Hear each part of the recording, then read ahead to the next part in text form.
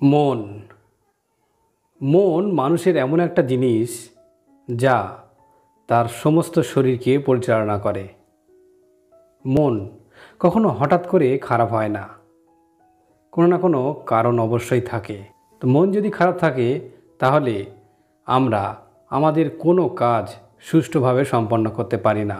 দীর্ঘদিন এমন চলতে থাকলে চলে আসে ডিপ্রেশন, হতাশা, এবং তা নিজের মনের মধ্যে চেপে বসে, যার ফলে আপনি যাই করতে যাবেন সেখানে ব্যর্থ হবেন। তাই জন্য মন খারাপ হলে আমাদের কি কি করা উচিত, তো সেগুলো নিয়ে আজকে আলোচনা করব। তো চলুন দেখে নেওয়া যাক। মন খারাপ হলে সর্বপ্রথম আমাদের যেটা করা উচিত সেটা হলো আপনার কেন মন খারাপ সেই কারণটা খুঁজে বের করতে হবে। মন এমনি এমনি খারাপ হতে পারে না, অবশ্যই কোনো একটা কারণ থাকবে। সে হতে পারে আপনি প্রেমে ব্যর্থ হয়েছেন, অথবা সহপাঠীদের কাছ থেকে আঘাত পেয়েছেন, আপনি ভুল করে হয়তো কোনো কাজ করেছেন, তারপরে বকা খেয়েছেন। তো এমন অনেক কিছু হতে পারে কারণ। তো সেই কারণগুলোকে আগে খুঁজে বের করতে হবে।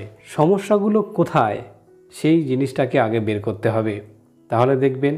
এবং সেই সমস্যাগুলো বের করার পর তাকে সঠিক নিয়মে যদি সমাধান করতে পারেন তাহলে আপনার মন ভালো হয়ে যাবে।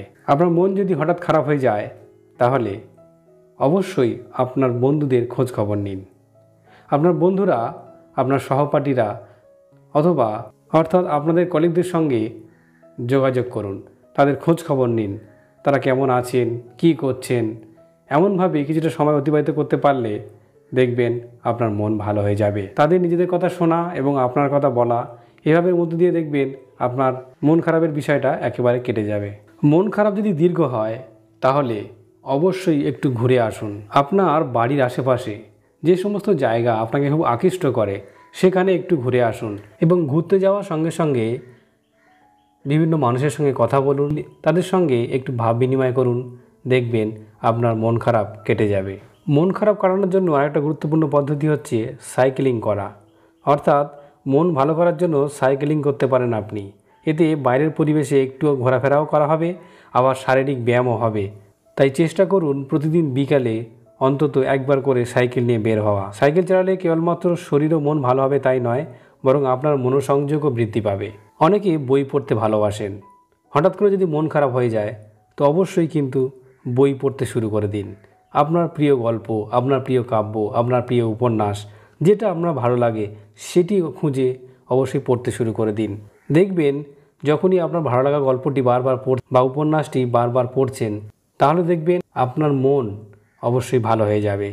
আমরা খুবই যন্ত্রনির্ভর হয়ে পড়ছি, তাই মন খারাপ হলে অবশ্যই যন্ত্রকে কিছু সময় বলুন না। অর্থাৎ মোবাইল, কম্পিউটার এগুলো থেকে দূরে থাকতে হবে। সারাক্ষণ মোবাইল বা কম্পিউটার নিয়ে পড়ে থাকার ফলে আমাদের অনেক সময় বাস্তব জীবনের সঙ্গে যোগাযোগ বিচ্ছিন্ন হয়, তো যার ফলে মন খারাপ হতে পারে। তো এর জন্য অবশ্যই আপনাকে এর থেকে দূরে থাকতে হবে। তাহলে দেখবেন কিছুক্ষণের জন্য আপনার স্ট্রেস কেটে গেছে এবং আপনি ভালোভাবে আপনার মনটিও ভালো হয়ে গিয়েছে।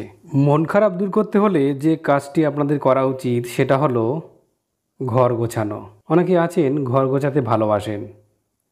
তো যদি আপনার মনটা হঠাৎই খারাপ করে তাহলে ঘর গোছাতে আরম্ভ করে দিন, কারণ এর দুটো উপকার আছে।